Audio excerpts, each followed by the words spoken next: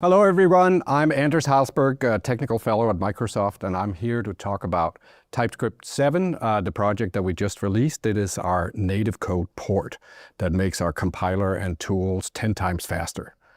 The TypeScript project started about 14 years ago today, and TypeScript was always about improving JavaScript developer productivity by adding static types and then using those static types to enable great tooling. We've been open source from day one, and our community has grown really large. In fact, we average just under 1 billion downloads now on NPM monthly.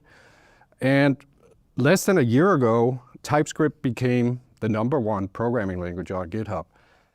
Now, if you'd asked me 10 years ago if I ever thought that was going to be possible, I would have told you no. But it's obviously very humbling and very motivating for our team.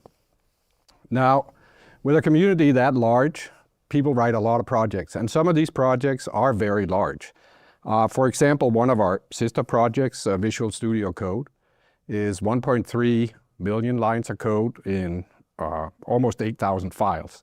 And projects like that can take a while to compile and type check. And let me show you what that looks like. And on this machine here, I've installed both TypeScript 6 and TypeScript 7 side by side.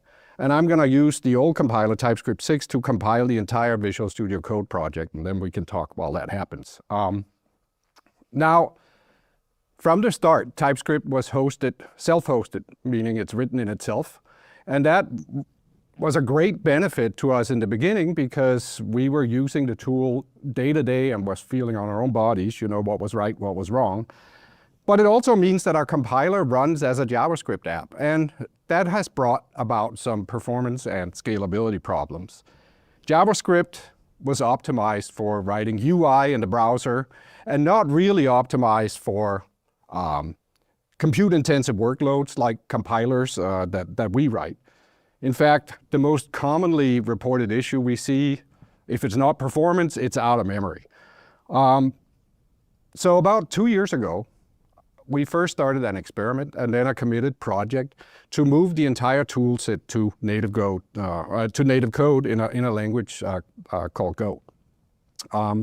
TypeScript 7 is the result of that effort, and it is by far our biggest release in a decade.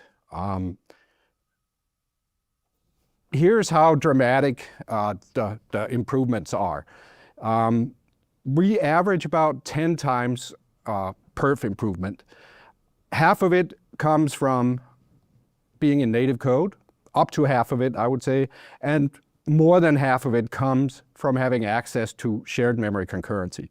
And I should mention here that the speed improvements we're talking about, this is speed improvements to our tools, not to the running code.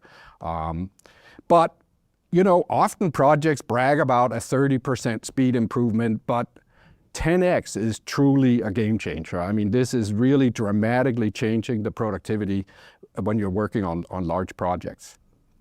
Now, it's particularly interesting, the gain that we get, I think, from concurrency. I'm sure you've all noticed that, you know, the free lunch is over in that Moore's Law is no longer giving us faster cores, it's giving us more cores. This machine, for example, has 16 cores. And, you know, the way to get faster in the future for compute-intensive workloads is to use all of those cores as opposed to just one of them. Now, TypeScript 7 is a port of the TypeScript 6 code base. It's the same code, the same structure, with the same algorithms and semantics, just moved to a different language. And that means our behavior is 99.99% the same as the old code base, which is great for compatibility. You should expect to see this work exactly the way TypeScript 6 did, minus a few little details. Now, let's try to go back and look here. And so compiling Visual Studio Code took about 50 seconds. Now I have, as I said before, I also have TypeScript 7 installed on this box. And let's try to compile now with, actually, let me just say tsc-no-emit/diagnostics, and compile with the native code compiler. And we should see this go a whole lot faster. In fact, it completes in about 6.5 seconds here. And that comes out to 7.5 times. Now you're going to go, but didn't you say 10 times? Well, I did.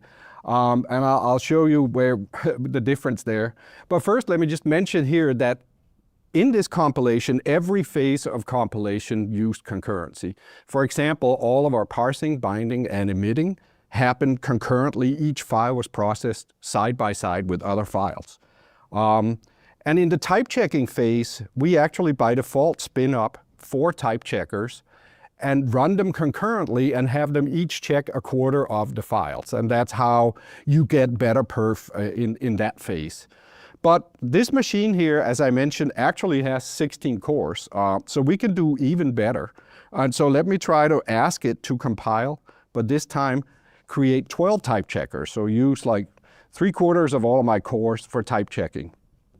This, of course, will steal perf from other jobs running, but if there are no other jobs running, you might as well get them all going. And here you see we're down to like 4.5 seconds. So now we're talking about 12x. And in fact, this uses about the same memory as the old compiler did using that, but it took 10 times longer. In fact, one of my favorite screen grabs is this one, which is a 32-core, 128 gig machine, build machine, compiling a 15 million line code base in TypeScript. And you can see here for the screen grab, it's keeping every core busy.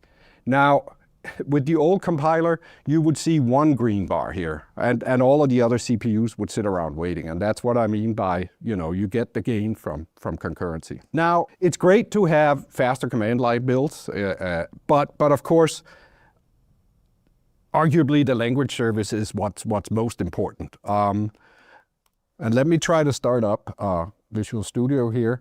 The language service in TypeScript 7 switches to use the LSP protocol, the language server protocol. This doesn't really show up in day-to-day use by you. However, it means that it's a lot easier to integrate this language service with other editors, and increasingly AI uses LSP also to do semantic validation of the code that it generates. Now, on this machine here, you'll see that I have TypeScript 7 installed as an extension. Eventually, TypeScript 7 will be the default, but we are still, when you install Visual Studio, you get TypeScript 6, and then you can install the extension, and the two will coexist. Now, you can see down here in the gutter that we're currently using the native language server. And with this language server, pretty much every operation is instantaneous. Like, let me try to say find all references for some of these identifiers here. And as you can see, it's practically instantaneous. Let me make a syntax error and you see red squigglies appear super fast. In fact, just to illustrate how quickly this new language server is, I'm gonna restart the language server, which kills the executable, restarts it, brings it back, parses 8,000 files and shows the red squigglies. And you saw this took like less than 2 seconds. And just to sort of show you the difference, let's try to disable TypeScript 7 and go back to TypeScript 6. And here you'll see, now we're grinding away. This takes about 10 to 12 seconds for the old language service to become responsive. So this is the difference between the two, and this means whenever you're working on big projects, you start your IDE, it's pretty much there right away. TypeScript 7 is heavily battle tested. In fact, for the last year, we've been publishing native previews, and we've had a lot of industry partners that have used TypeScript 7 in this preview phase, given us feedback and reported back, to us what the issues were. And so we're talking about a piece of code here that is very, very stable at this point. And you should expect to see dramatic performance improvements. I would definitely recommend that you use TypeScript 7, except if you have a code base that relies on using the compiler APIs. This would mean, for example, if you're using Vue or Astro, Svelte, or Volar, still you need to use TypeScript 6. That's why they can coexist here. But we're working with the industry and with our partners to build a new native code API and an API that you can call a cross-process for the new compiler, and that will ship in 7.1. But if you don't need the API, absolutely, I think you should switch to TypeScript 7 and enjoy all the free time you're going to get from these improved performance. Thanks.